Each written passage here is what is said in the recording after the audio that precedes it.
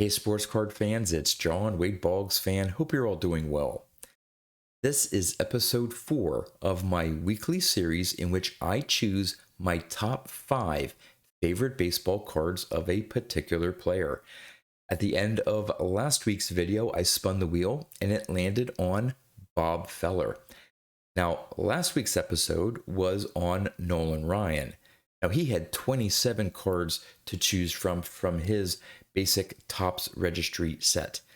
For Bob Feller and his PSA basic registry set, there are only 14 cards. But that doesn't mean it made my choices any easier because there are some great looking Bob Feller cards. Now, before I move forward, I want all of you to participate as well.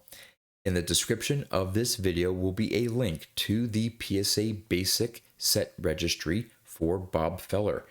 There are 14 cards and there'll be a link to images of all 14 cards. So in the comments of this video, I want you to let me know which are your top 5 Bob Feller cards and rank them in order. 1 being your most favorite and 5 being your 5th favorite. And then next week, I'll compile all the results and let you know what the general consensus out there is for the top 5 favorite Bob Feller cards.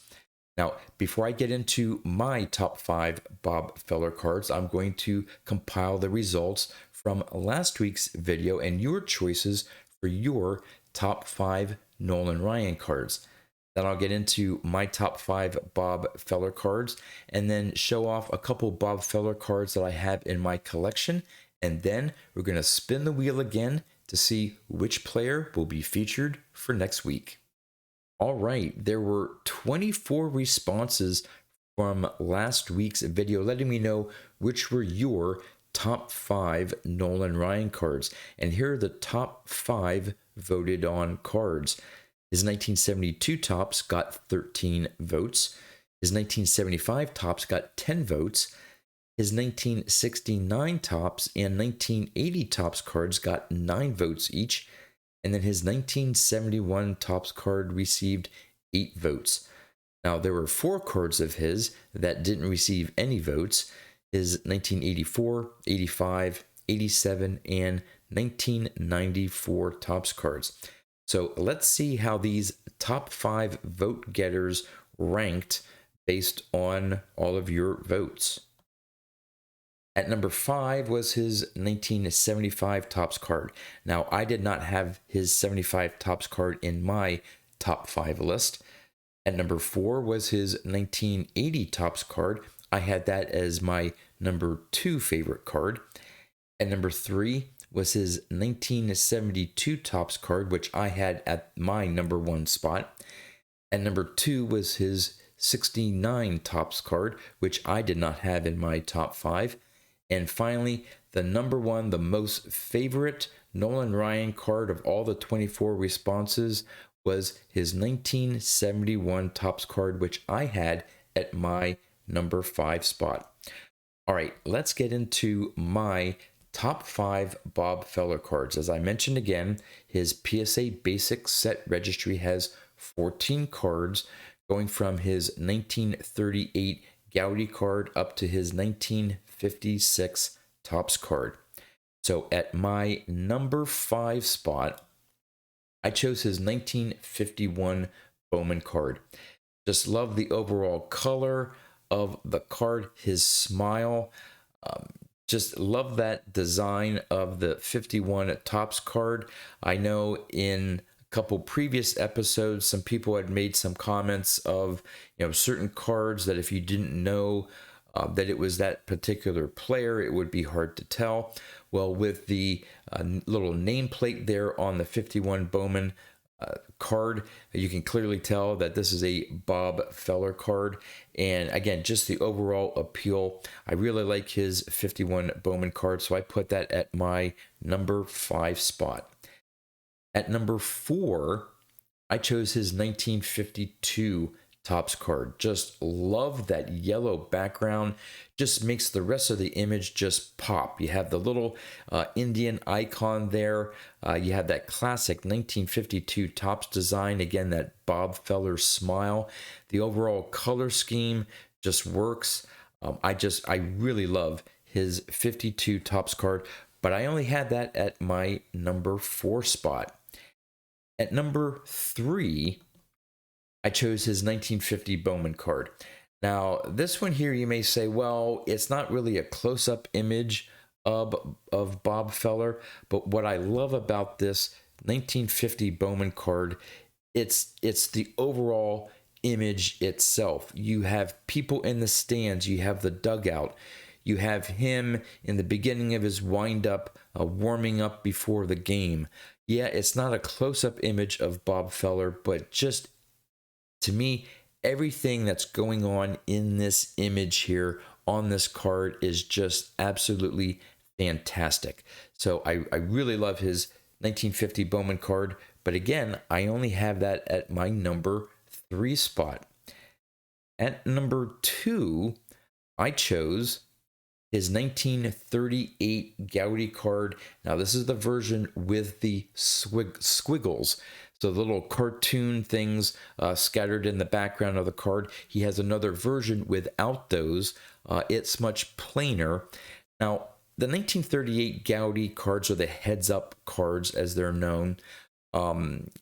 They've grown on me over the years. At first, I thought they were a little bit too cartoonish, but the more I looked at them, I've just learned to appreciate the 1938 Gowdy set, and there's just something about that card. Again, it's essentially a cartoon. All you really see is a image of his head, and even that's sort of blocked off a little bit with his shoulder there.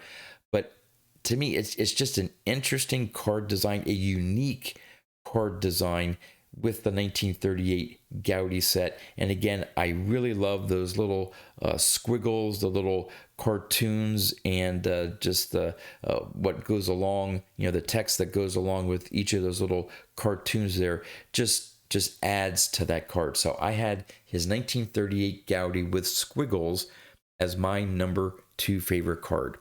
So my number 1 favorite Bob Feller card, I chose his 1953 Topps card. Just that image of Bob Feller, the big close-up portrait of that, his smile, the colors, the overall design of the 53 Topps card. You got the banner, the background there of the stadium wall. Just, I don't know. There's something about his 53 Topps card that just, it's a gorgeous image of him.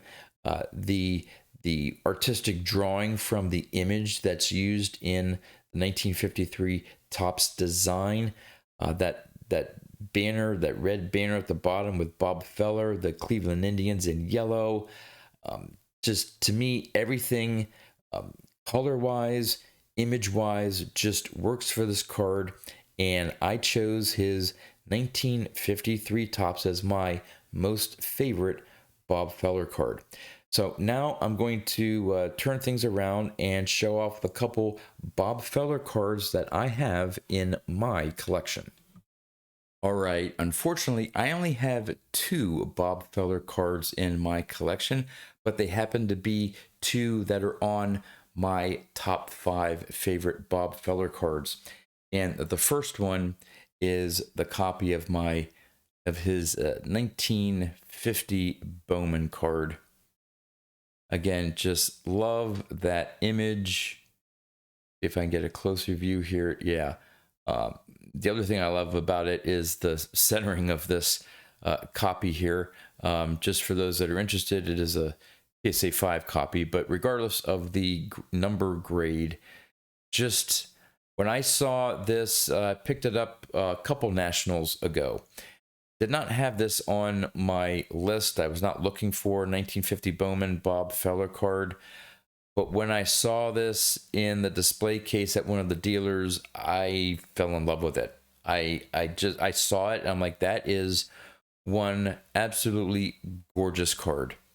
And so fortunately I made a acceptable offer. We made a deal and I picked it up, and just look at that clean back there.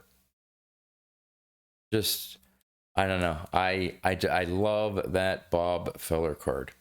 The other Bob Feller card I have in my collection is his 1952 Topps card. This is my only 1952 Topps card.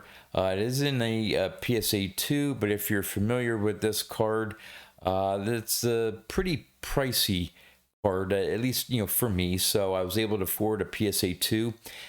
In fact, Eric, Four Leaf Cards, was down visiting at my former house when this was coming up for auction. So he witnessed me putting in a bid and winning this card.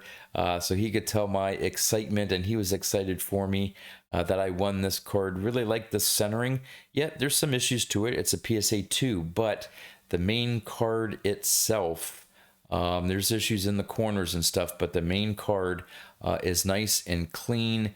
You see that yellow background, and there is the back of the card as well.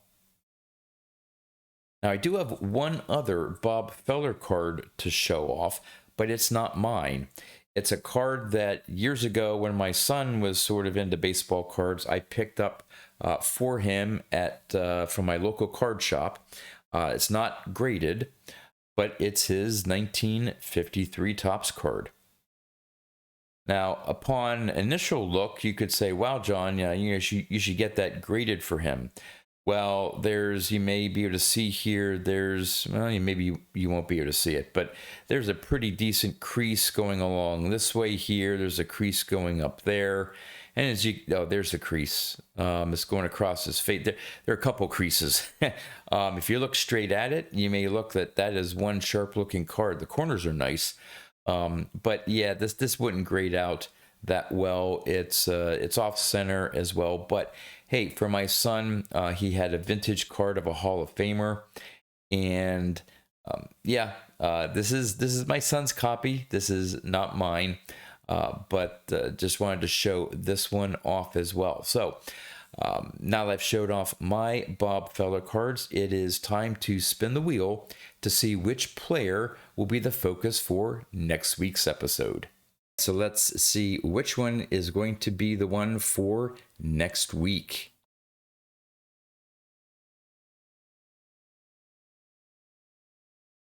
And the player is going to be Roy Campanella.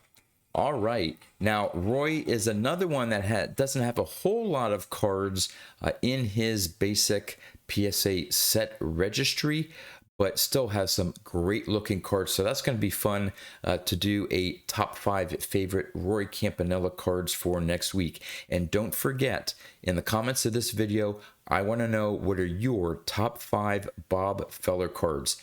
And with that, that's all I have for you. So until next time, thanks for watching.